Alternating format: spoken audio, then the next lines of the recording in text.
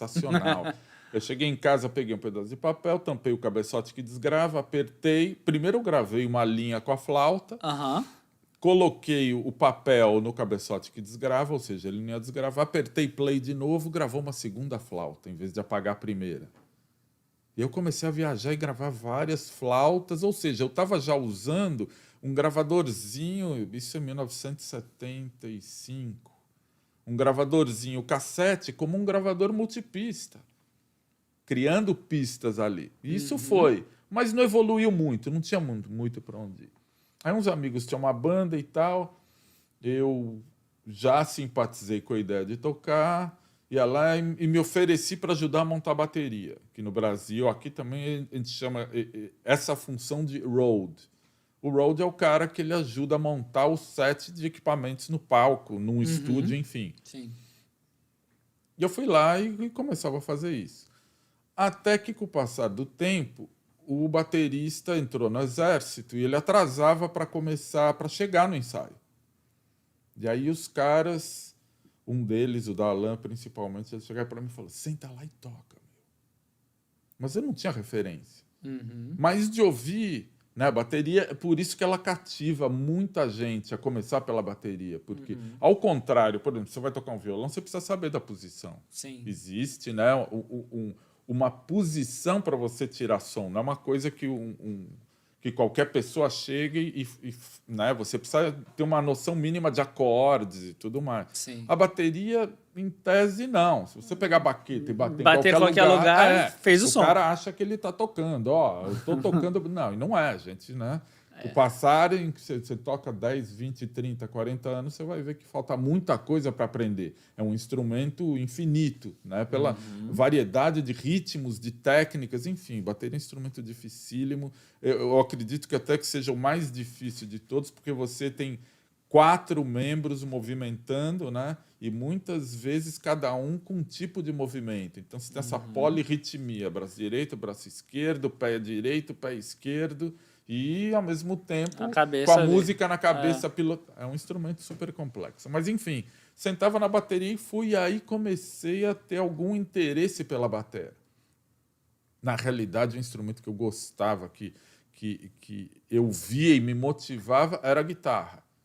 Principalmente por causa do Jimmy Page no Led Zeppelin e tal. Eu falei, pô, guitarra é legal. E flauta você nunca pegou não. assim, pá, eu amo a flauta. Eu pensei até em comprar a transversal, porque daí tinha na época o Jethro Tull, né, que o Ian Anderson era um flautista e fazia umas coisas incríveis com flauta. Eu falei, pô, a flauta deve ser legal. Mas a flauta foi caindo a hora que eu vi a bateria a primeira vez. Aí eu falei, não, é ali que você quer, né? E a guitarra seria, mas a guitarra também foi saindo do cenário.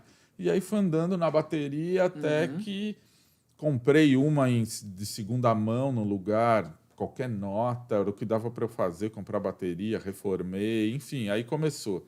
Mas foi mais difícil porque não tinha músico na família, né? Meu pai era filho de militar, então ser músico não estava no script da família. Então, você vai fazer o quê de faculdade? Acho que música. Não, pensei em outra coisa. Outra coisa? Que coisa, né? Aí começa todo aquele... E foi legal, porque hoje, né, a gente, quando é pai, começa a entender muito melhor o pai, né? Às vezes muito antes, eu muito antes, no caso. Mas quando você é pai, você entende mais. Eu entendi tudo, porque que ele não incentivava, não que ele bloqueasse, mas ele não dava incentivo nenhum, vai tocar e tal, não. Sim. E foi bom, porque, né, eu acho que isso também depende muito do perfil da pessoa. Tem muita gente que com a dificuldade, bom, ninguém em casa apoiou, então vou parar com isso. Mas tem gente que já é meio ao contrário. Não vai apoiar, então vou ter que dar volta no quarteirão para chegar no mesmo lugar, mas eu vou dar volta no quarteirão. Então foi meio isso. Então, para eu conseguir na música... Então você meio que foi atrás... Total, né? Então tinha que fazer um script da família, ou seja, bom, vai fazer faculdade. Então, aí você fez faculdade de? Publicidade. Que foi... não podia ter feito, não podia ter cursado, né, ter ingressado numa profissão mais, a parte de música, obviamente, mas não poderia ter feito algo melhor que a publicidade, porque ela me ajudou em tudo. Por exemplo, na capa do livro, na capa dos discos, enfim.